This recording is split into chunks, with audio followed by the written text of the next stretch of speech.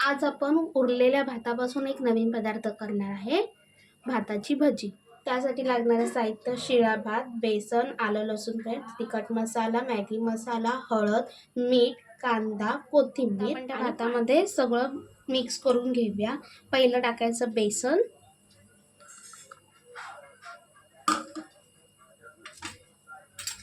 आलं लसूण paste,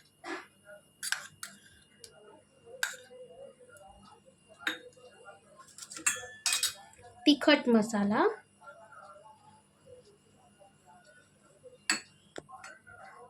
Maggi मसाला, हळद, चवीनुसार लागणारं मीठ, कांदा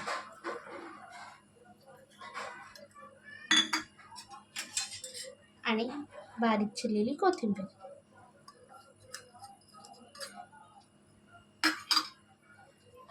आता हे आपण मिक्स करून घेऊया. आता आपण हे मिक्स करून घेतलंय. आता त्याच्यामध्ये हळूहळू पाणी टाकून घेऊया.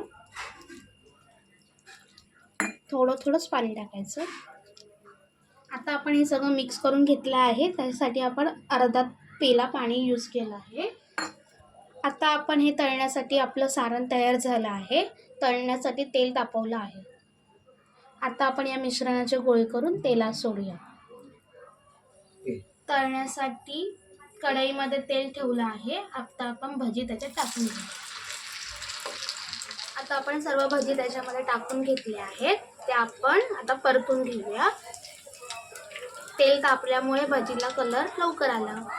आता आपले हे भजी तयार झाले आहेत. आपण ते काढून घेऊया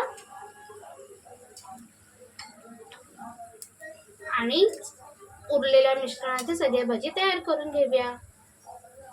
हे शिळ्या भाताचे कुरकुरीत भजी तयार झाले आहेत. खाण्यासाठी रेडी. ते तुम्ही सॉस किंवा चटणी बरोबर खाऊ शकता.